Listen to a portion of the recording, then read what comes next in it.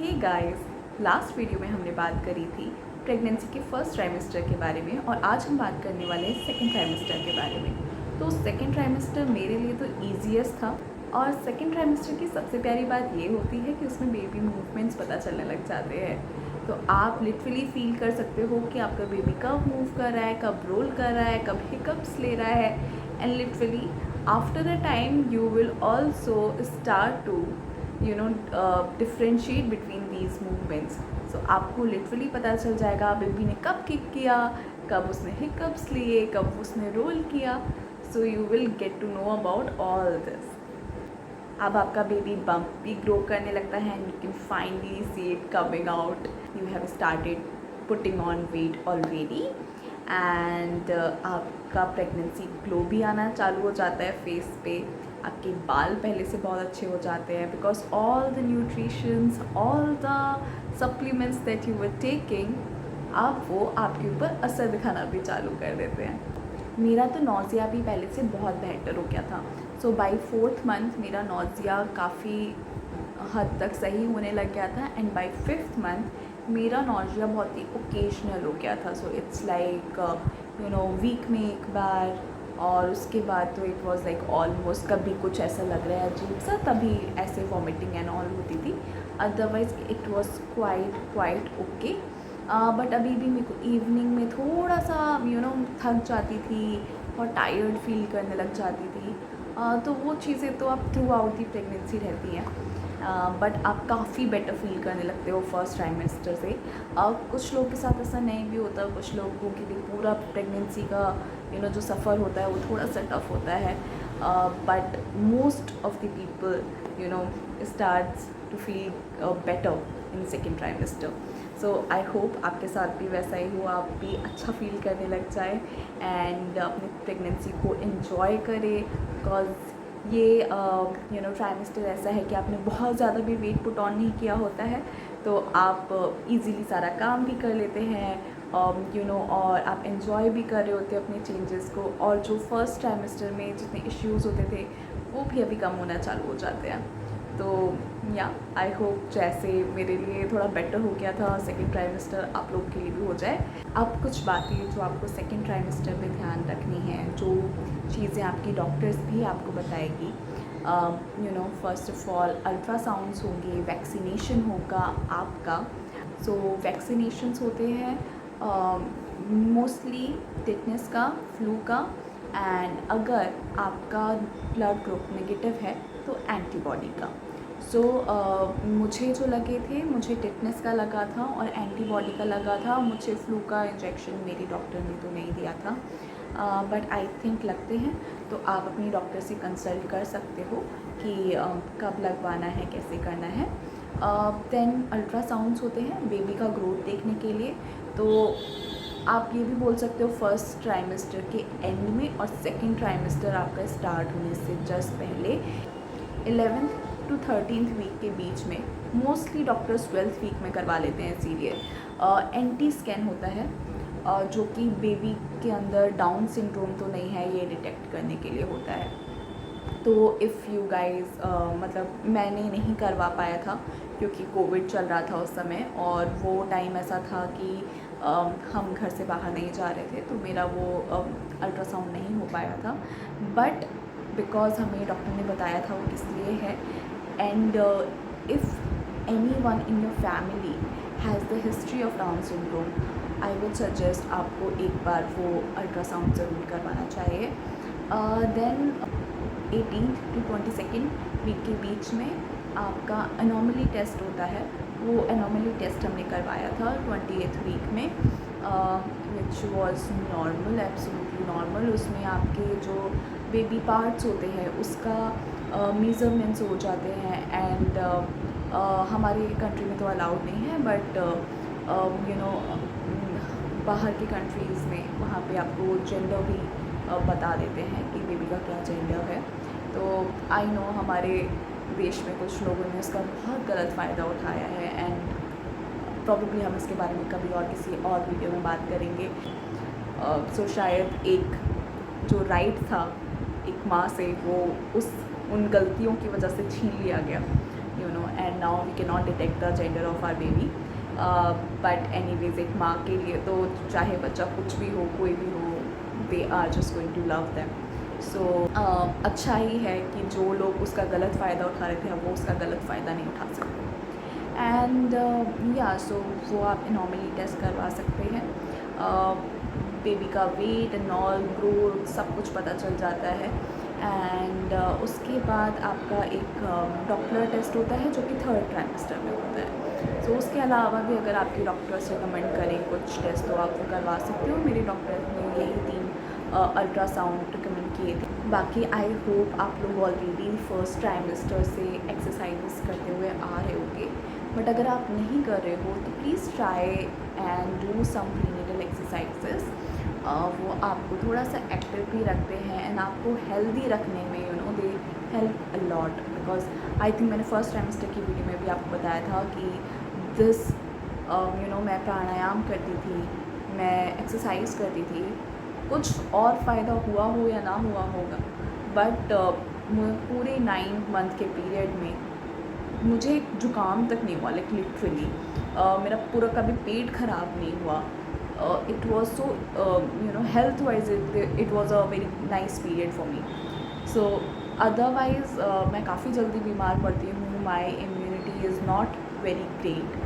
So yeah, but I felt a difference in me because I was eating healthy, I was having supplements, I was also doing exercise. So I realized one thing: when you give your body, when you nourish your body, it gives you back, it loves you back. So just keep your body nourished. आप healthy खाना खाइए, supplements लीजिए जो भी आपके doctors ने बताए हुए हैं.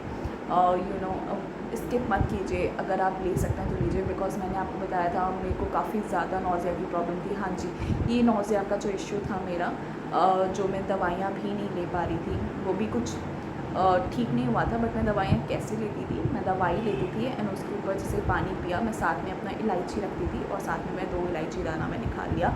तो उससे थोड़ा मुझे बेटर लगता था. कई बार उसके बाद भी वॉमिटिंग हो जाता था बहुत, but in a very rare case. Otherwise ले लेती थी. पूरा मेरा तो पूरा बॉडी मुझे अंदर तक एकदम शिवरिंग हो जाती थी कोई भी मेडिसिन खा के. It was a pretty bad experience for me to have any medicine during my pregnancy. But क्या करें, लेना तो था ही, तो लिया मैंने. तो आई होप आपकी कंडीशन मेरे जैसी ना हो. और अगर नहीं है तो प्लीज़ प्लीज़ प्लीज़ रेगुलरली अपने सप्लीमेंट्स लीजिए, रेगुलरली अपनी मेडिसिन लीजिए. प्लस आप प्रीनेटल क्लासेस लेना स्टार्ट कर दीजिए जो कि आपको आपके इस टेन्योर के बारे में एजुकेट करें. इसके बाद आपका डिलीवरी पीरियड, उसके बारे में एजुकेट करें. आपको पोस्ट नेटल पीरियड के बारे में एजुकेट करें. आप ऐसी क्लासेस प्लीज़ ज्वाइन कीजिए so that you have all the knowledge required, because it is very important. हम ज़्यादातर अपनी माँओं से बात करते हैं, बड़ों से बात करते हैं, बट आई वुड सजेस्ट आप अपनी फ्रेंड्स से भी बात कीजिए. ऐसे लोगों से बात कीजिए जो रिसेंटली प्रेग्नेंट हुए हों, जिनका रिसेंट प्रेगनेंसी एक्सपीरियंस हो, जो कि आपको आपके समय के अकॉर्डिंगली इम्पॉर्टेंट जानकारी दे सकते हैं. तो आप ऐसे लोगों से बात कीजिए. मतलब आई एम नॉट सेइंग आप अपनी माँ से बात मत कीजिए, बट आई एम सेइंग ऐसे लोगों से भी पूछिए, ठीक है. क्योंकि माँओं का एक्सपीरियंस तो भाई अलग ही है, वो तो सब कुछ ही है, तो उनसे तो पूछना ही पूछना है. बट प्लीज़ झिझकिए मत. ये मत सोचिए कि अरे यार इन्हें क्या पता होगा सॉर्ट ऑफ. तो जो आपके एज ग्रुप के लोग हैं उनसे भी कनेक्ट कीजिए, उनसे भी पूछिए कि उनका प्रेगनेंसी एक्सपीरियंस कैसा था, डिलीवरी एक्सपीरियंस कैसा था, पोस्ट डिलीवरी एक्सपीरियंस कैसा था. Because you need to now start preparing yourself for the post delivery period. मतलब मैंने अपने आप को प्रिपेयर नहीं किया था and it comes to you as a shock. So I don't want you to feel that way now that I am telling my story to you. I will discuss that as well. But आप जितना ज़्यादा हो सके उतना अपने आप को educate कीजिए, उतना नॉलेज गेन कीजिए, बिकॉज आगे जाके आपके बहुत काम आने वाला है. सो आप prenatal classes and postnatal prenatal classes लीजिए जिनमें आपको इन सारी चीज़ों के बारे में जानकारी दी जाए. बाकी इस टाइम तक बिकॉज आपका वेट गेन होना स्टार्ट हो जाता है, हो सकता है आपको अपने टांगों में थोड़ा दर्द महसूस होने लग जाता हो, या अदर बॉडी पार्ट्स आपको थोड़ा सा फटीग फील होता हो, तो आप थोड़ा मसाज कीजिए अपने आप को लाइट हैंड से ही। आप खुद ही मसाज कीजिए, बिकॉज यू नो बेस्ट कि आपको कितना प्रेशर कहाँ देना है, कहाँ आपको ज़्यादा पेन पॉइंट्स हैं, क्या है। तो आप खुद अपना हल्के हाथों से अपना मसाज कीजिए जहाँ भी आपको दर्द हो रहा है। प्लस आप अपने ब्रेस्ट का मसाज ज़रूर कीजिए। ब्रेस्ट फीडिंग के बारे में अपने आप को एजुकेट कीजिए, बिकॉज सम पीपल से अरे बेबी हो जाएगा तो नेचुरली ब्रेस्ट फीडिंग आ जाएगी, बट ऐसा नहीं है। कई लोगों के लिए बहुत ही नेचुरल एक्सपीरियंस होता है, कई लोगों के लिए नहीं होता है, मेरे लिए नहीं था। So please educate yourself about breastfeeding as well if you are planning to do so. If you are not planning to do so, that is also fine. आप बाकी जो methods हैं आप उनके बारे में भी देख सकते हैं। प्लस आप ज़्यादा देर के लिए बैठिए मत। अगर आप काफ़ी देर से बैठे हुए हैं, 1 आध घंटा हो गया है आपको बैठे बैठे, तो थोड़ा उठिए, थोड़ा चलिए फिरिए, और उसके बाद चाहे आप आके वापस से बैठ जाइए। थोड़ा उठिए, पानी पीजिए, थोड़ा सा अपने आप को स्ट्रेच कर लीजिए, एंड देन आप उसके बाद वापस आके अपना काम कंटिन्यू कीजिए, because this can cause some serious pain in your hip joints and in your pelvic area and in your legs. So to avoid that, आप बहुत ज़्यादा घंटों तक मत बैठिए। मेरे लिए थोड़ा सा इतना ज़्यादा पॉसिबल नहीं था। मैं बहुत ज़्यादा स्ट्रेस ले रही थी अपनी जॉब का, बिकॉज आई वॉज थिंकिंग कि यार जब मेरे को अभी लीव लेना है, इससे पहले मैं अपना सारा काम निपटाऊँ। तो honestly nobody cares about it. Like honestly you don't need to push yourself this much जितना मैंने कर लिया था। सो थोड़ा आपको अभी ये ध्यान रखना है कि आप एनीवेज लीव लेने वाले हो, कोई ना कोई और आएगा और किसी ना किसी को आपकी ज़िम्मेदारियाँ समझनी होंगी, संभालनी होंगी। एंड अगर आपकी कंपनी ने अभी तक आपको कोई भी इस तरह का पर्सन असाइन नहीं किया है जिसको आप अपना काम हैंड ओवर कर सको, so you don't need to deal with that. Okay, it's now their stress. You have told them that you are going to be on leave, you require support, and if they are not providing you that support, you don't need to take extra headache for them. So yeah, don't take that stress. That's from my personal experience. तो जितना आप stress ले सकते हो, जितना झेल सकते हो उतना झेलो। अननेसेसरली अपने आप को बैठा कर मत रखो। उठो, ब्रेक्स लो, 15 मिनट्स ब्रेक लो हर 1-2 घंटे में, and that's how it is. That's what our doctors also suggest. So if somebody tells you this, you give you tell them that your doctor has told you this and that's why you need to do this. बाकी आप अच्छा खाइए, अच्छा पीजिए, healthy रहिए and enjoy your pregnancy to the fullest. अपने partner के साथ अपना एक्सपीरियंस शेयर कीजिए। सो हम हर वीक अपने बेबी का ग्रोथ ट्रैक करते थे एप्स पे कि बेबी कितना बड़ा हो गया है। पहले he was like this small, and मेरी मम्मा ने उसका नाम चेरी रख दिया था जब वो चेरी साइज़ का हो गया था। एंड हम बिकॉज जिस वीक में वो चेरी साइज़ का हुआ था, we were like oh cherry आ रहा है, चेरी आ रहा है, चेरी आ रहा है।